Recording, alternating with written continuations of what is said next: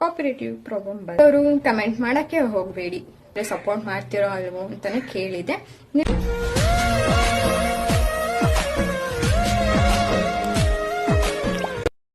Hi, welcome back to ಖುಷಿ city YouTube channel. ಎಲ್ಲರೂ ಹೇಗಿದ್ದೀರಾ? ಐ ಹೋಪ್ ಎಲ್ಲರೂ ಚೆನ್ನಾಗಿದ್ದೀರಾ ಅಂತ ಅನ್ಕೋತೀನಿ. ನಾನು ಕೂಡ ಚೆನ್ನಾಗಿದ್ದೀನಿ.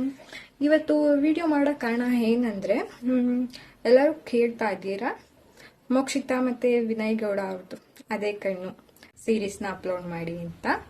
ಅದು ಸೀರೀಸ್ನ ಅಪ್ಲೋಡ್ ಮಾಡಕ್ ಆಗ್ತಿಲ್ಲ, ಸೊ ಹಾಗಾಗಿ ಅದನ್ನ ಸ್ಟಾಪ್ ಮಾಡಿದ್ದೀನಿ. ಬೇರೆ ಸೀರೀಸ್ನ ಅಪ್ಲೋಡ್ ಮಾಡಿದ್ದೀನಿ, ಅದು ಕೂಡ ಸಪೋರ್ಟ್ ಮಾಡಿ.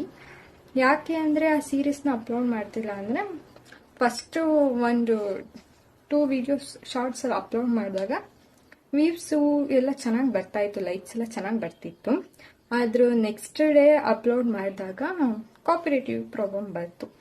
ಸೊ ಕಾಪರೇಟಿವ್ ಇಶ್ಯೂ ಬರ್ತಲ್ಲ ಅಂತ ಸುಮ್ಮನೆ ಆದೆ. ಆದರೆ ನೆಕ್ಸ್ಟ್ ಡೇ ಕೂಡ ನಾನು 2 ವಿಡಿಯೋ ಶಾರ್ಟ್ಸ್ ಎಲ್ಲ ಅಪ್ಲೋಡ್ ಮಾಡಿದೆ, ಅದು ಕಾಪರೇಟಿವ್ ಇಶ್ಯೂ ಬಂತು. ಕಾಪರೇಟಿವ್ ಇಶ್ಯೂ ಬಂದರೆ ನಿಮಗೆ ಗೊತ್ತು, ನನ್ನ ಚಾನಲ್ ರಿಮೂವ್ ಆಗುತ್ತೆ ಅಂತ. ನನ್ನ ಚಾನಲ್ ನಿಮ್ಗೆ ಯಾರಿಗೂ ನೋಡೋಕೆ ಕೂಡ ಆಗೋದು ಇಲ್ಲ. ಸೊ ಹಾಗಾಗಿ ನಾನು ಒಂದೆಲ್ಲ ಕಾಪರೇಟಿವ್ ಇಶ್ಯೂ ಬಂದಿರೋದು. ಸೊ ತಿರ್ಗಾ ನೆಕ್ಸ್ಟ್ ಡೇ ಅಪ್ಲೋಡ್ ಮಾಡಿದಾಗಲೂ 2 ವಿಡಿಯೋ ಶಾರ್ಟ್ಸ್ ಎಲ್ಲ ಅಪ್ಲೋಡ್ ಮಾಡಿದ್ದು, ಒಂದಕ್ಕೆ ಮಾತ್ರ ಕಾಪರೇಟಿವ್ ಪ್ರಾಬ್ಲಮ್ ಬಂತು. ನೆಕ್ಸ್ಟ್ ಡೇ ಶಾರ್ಟ್ಸ್ ಅಲ್ಲಿ ವಿಡಿಯೋ ಅಪ್ಲೋಡ್ ಮಾಡಿದಾಗಲೂ ಕಾಪರೇಟಿವ್ ಪ್ರಾಬ್ಲಮ್ ಬಂತು.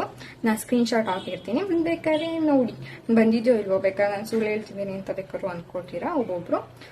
ಕಾಪರೇಟಿವ್ ಪ್ರಾಬ್ಲಮ್ ಬಂದಾಗ ಸೊ ನಾನು ಹಾಗಾಗಿ ವಿಡಿಯೋ ಅಪ್ಲೋಡ್ ಮಾಡಕ್ ಆಗ್ತಿಲ್ಲ. ಯಾಕಂದ್ರೆ ಒಂದು ವಿಡಿಯೋ ಕಾಪರೇಟಿವ್ ಇಶ್ಯೂ ಬಂದಾಗ ನಾನು ಅದನ್ನ ಡಿಲೀಟ್ ಮಾಡಬೇಕಾಗುತ್ತೆ. ಅದು ಡಿಲೀಟ್ ಮಾಡಿಲ್ಲ ಅಂದ್ರೂ ಅದು ನಿಮಗೆ ವಿಡಿಯೋಸ್ ಏನು ಬರೋದು ಇಲ್ಲ. ಕಮೆಂಟ್ ಮಾಡಿದ್ರಿ ಕೂಡ, ಇದು ಒಂದು ಕಟ್ ಆಗ್ತಿದೆಯಲ್ಲ ವಿಡಿಯೋ ಅಂತ. ಅದು ಕಾಪರೇಟಿವ್ ಇಶ್ಯೂ ಬಂದಿರೋದ್ರಿಂದ ನಾನೇ ಅದು ವಿಡಿಯೋನ ಕಟ್ ಮಾಡಿಬಿಟ್ಟು ಅಪ್ಲೋಡ್ ಮಾಡಿದ್ದೆ.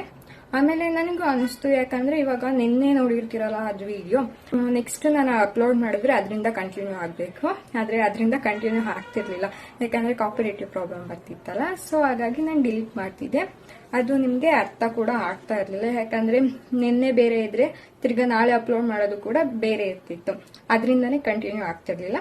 ಸೊ ಅದರಿಂದ ಅದು ನಿಮಗೆ ಅರ್ಥ ಆಗಲ್ಲ ಅನ್ನೋ ಕಾರಣದಿಂದ ನಾನು ಅದನ್ನ ಅಪ್ಲೋಡ್ ಮಾಡೋದು ನಿಲ್ಸಿದೀನಿ.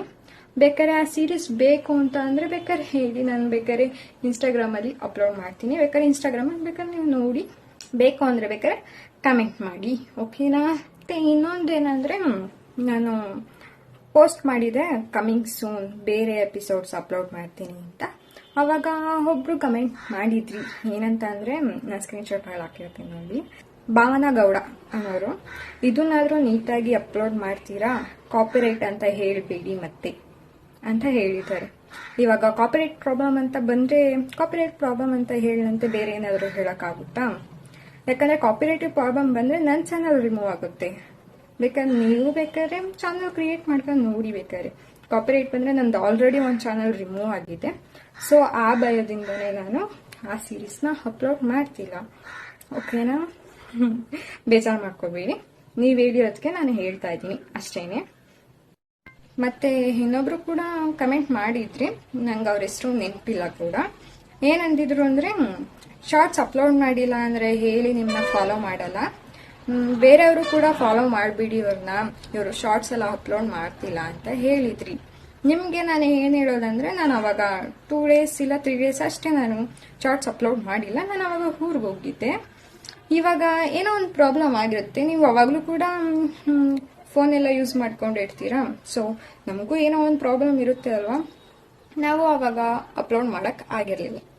ನೀವು ಬೇಕಾದ್ರೆ ಅನ್ಫಾಲೋ ಮಾಡಿ, ಬೇರೆಯವ್ರಿಗೂ ಯಾಕೆ ಹೇಳ್ತೀರಾ ಅನ್ಫಾಲೋ ಮಾಡಿ ಅಂತ. ನಮ್ಗೇನೋ ಒಂದು ಪ್ರಾಬ್ಲಮ್ ಇರುತ್ತೆ, ಸೊ ಅವಾಗ ನಾನು ಅಪ್ಲೋಡ್ ಮಾಡಿಲ್ಲ. ಏನು 4 ಮಂತ್ಸ್ 5 ಮಂತ್ಸ್ ಆಗಿದೆ ನಾನು ಅಪ್ಲೋಡ್ ಮಾಡಿ. ನಾನು ಡೈಲಿ ಕೂಡ ಅಪ್ಲೋಡ್ ಮಾಡ್ತೀನಿ. ಏನಾದರೂ ಒಂದು ಪ್ರಾಬ್ಲಮ್ ಇದ್ದಾಗ 2 ಡೇಸ್ 3 ಡೇಸ್ ಅಷ್ಟೇ ನಾನು ಗ್ಯಾಪ್ ಮಾಡೋದು, ಅದಾದ್ಮೇಲೆ ನಾನು ಅಪ್ಲೋಡ್ ಮಾಡ್ತೀನಿ. ಹಾಗಂತ ನೀವು ಅನ್ಫಾಲೋ ಮಾಡಿ ಅಂತ ಹೇಳಿದ್ರೆ, ನೀವು ಬೇಕಾದ್ರೆ ಅನ್ಫಾಲೋ ಮಾಡಿ, ಬೇರೆಯವ್ರಿಗೆಲ್ಲ ಯಾಕೆ ಹೇಳ್ತೀರಾ? ನೀವು ಹೇಳಿದ ತಕ್ಷಣ ಬೇರೆಯವ್ರು ಕೂಡ ನಿಮ್ಮ ಮಾತು ಕೇಳ್ತಾರೆ ಅಂತ ಅನ್ಕೊಂಡಿದ್ದೀರಾ? ಯಾರು ಕೇಳಲ್ಲ. ತುಂಬಾ ಜನ ಹೇಳಿದ್ದೀರಾ, ಅದಕ್ಕೆಲ್ಲ ತಲೆ ಕೆಡ್ಸ್ಕೊಬೇಡಿ, ನೀವು ಶಾರ್ಟ್ಸ್ ಎಲ್ಲ ಅಪ್ಲೋಡ್ ಮಾಡಿ ಅಂತ. ಮತ್ತೆ ನನಗೆ ಕಮೆಂಟ್ ಮಾಡಿದಿರಲ್ಲ, ಅವ್ರಿಗೂ ಕೂಡ ನೀವು ಹೋಗಿ ಕಮೆಂಟ್ ಮಾಡಿದ್ದೀರಾ, ನಾನು ಅದನ್ನು ಕೂಡ ನೋಡಿದೆ. ನಾನು ಅದು ಸ್ಕ್ರೀನ್ ಶಾಟ್ ತಗೋಬೇಕು ಅಂತ ನೋಡಿದಾಗ ಅವ್ರು ಡಿಲೀಟ್ ಮಾಡಿದ್ರು. ನೀವು ಯಾಕೆ ಮೆಸೇಜ್ ಎಲ್ಲ ಡಿಲೀಟ್ ಮಾಡ್ತೀರಾ? ಮೆಸೇಜ್ನ ಡಿಲೀಟ್ ಮಾಡೋಕ್ಕೆ ಹೋಗಬೇಡಿ. ನೋಡಲಿ ಬಿಡಿ, ಬೇರೆಯವರು ಕೂಡ ನೀವೇ ಅಲ್ವಾ ಕಮೆಂಟ್ ಮಾಡಿರೋದು. ನಾನು ಕೂಡ ಅದಕ್ಕೆ ನಾನು ಕಮೆಂಟಲ್ಲೇ ನಿಮಗೆ ಹೇಳಿದೆ ಯಾಕೆ ನಾನು ಅಪ್ಲೋಡ್ ಮಾಡಿರಲಿಲ್ಲ ಅಂತ. ನೀವು ಡಿಲೀಟ್ ಮಾಡಿದ್ದೀರಾ ಅಂತ ಕೂಡ ನಾನು ನೋಡಿದ್ದೀನಿ.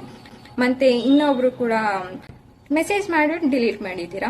ಮೆಸೇಜ್ ಮಾಡ್ಬಿಟ್ಟು ಡಿಲೀಟ್ ಮಾಡೋ ಯಾಕೆ, ಮೆಸೇಜೇ ಮಾಡಿಬಿಡಿ ನೀವುಗಳು, ಅಷ್ಟೇ ನಾನು ಹೇಳೋದು. ನಿಮಗೆಲ್ಲ ಹೇಳೋದಿಷ್ಟೇ, ಏನಿಲ್ಲ. ನಾನು ಏನಾದರೂ ಶಾರ್ಟ್ಸ್ ಏನೋ ಅಪ್ಲೋಡ್ ಮಾಡೋದು ಲೇಟ್ ಆದರೆ ಏನಿಲ್ಲ, ಏನಾದರೂ ಒಂದು ಪ್ರಾಬ್ಲಮ್ ಇರುತ್ತೆ ಅಷ್ಟೇ. 2 days 3 days ಅಷ್ಟೇ.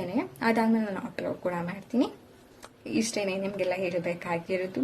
ಮತ್ತೆ ಇನ್ನೊಂದು ವಿಷಯ ಹೇಳಬೇಕು ಏನಂದರೆ, ನಾನು ನಿಮ್ಮನ್ನ ಕೇಳಿಬಿಟ್ಟೆ ನಾನು ವ್ಲಾಗ್ನ ಸ್ಟಾರ್ಟ್ ಮಾಡಿದ್ದು. ಯಾಕಂದರೆ ಸಪೋರ್ಟ್ ಮಾಡ್ತಿರೋ ಅಲ್ವೋ ಅಂತಲೇ ಕೇಳಿದೆ.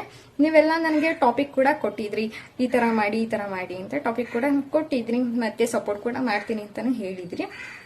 ಸ್ವಲ್ಪ ಜನ ಸಪೋರ್ಟ್ ಮಾಡ್ತಿದ್ದೀರಾ, ಇಲ್ಲ ಅಂತ ಅಲ್ಲ. ಅಂದರೆ ನನ್ನ ಯೂಟ್ಯೂಬ್ ಚಾನಲಲ್ಲಿ ಸಬ್ಸ್ಕ್ರೈಬು 5,000 ಇದ್ದಾರೆ. ಆದರೆ ನಾನು ವ್ಲಾಗ್ ಮಾಡಿದಾಗ ಅಪ್ಲೋಡ್ ಮಾಡಿದಾಗ ವ್ಯೂಸು 300 200 ಹೋಗುತ್ತೆ. ಆದರೆ ಲೈಕ್ಸ್ ಮಾತ್ರ 10 ಇಲ್ಲ 5 ಆ ಥರ ಇರುತ್ತೆ.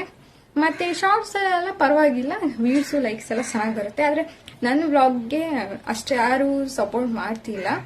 ಯಾಕೆ ಅಂತ ಕೇಳ್ತಿದ್ದೀನಿ. ಬೇಕಾದ್ರೆ ಕಮೆಂಟ್ಸಲ್ಲಿ ಯಾರು ಹೇಳ್ತೀರೋ ಏನು ಅಂತ ನನಗೆ ಗೊತ್ತಿಲ್ಲ. ಯಾಕೆ ಸಪೋರ್ಟ್ ಮಾಡ್ತೀರಾ? 5,000 ಜನ ಸಬ್ಸ್ಕ್ರೈಬ್ ಇದ್ದೀರಾ, ಆದರೆ ನನ್ನ ವ್ಲಾಗ್ನ ಮಾತ್ರ ಯಾರು ಸಪೋರ್ಟ್ ಮಾಡ್ತಿಲ್ಲ, ಯಾಕೆ? ನಾನು ಇವಾಗಲೂ ನಿಮ್ಮ ಹತ್ರ ಕೇಳ್ಕೊತೀನಿ, ನನ್ನ ಚಾನಲ್ನ ಹೀಗೆ ಸಪೋರ್ಟ್ ಮಾಡಿ ಅಂತ. ಮತ್ತು ನನ್ನ ವ್ಲಾಗ್ನ ಕೂಡ ಸಪೋರ್ಟ್ ಮಾಡಿ ಅಂತ ಕೇಳ್ಕೊತೀನಿ, ಅಷ್ಟೇ. ಈ ವಿಡಿಯೋ ಇಷ್ಟ ಆಗಿದ್ರೆ ಲೈಕ್ ಮಾಡಿ, ಶೇರ್ ಮಾಡಿ, ಕಮೆಂಟ್ ಮಾಡಿ, ಸಬ್ಸ್ಕ್ರೈಬ್ ಮಾಡಿ. ಬಾಯ್ ಬಾಯ್.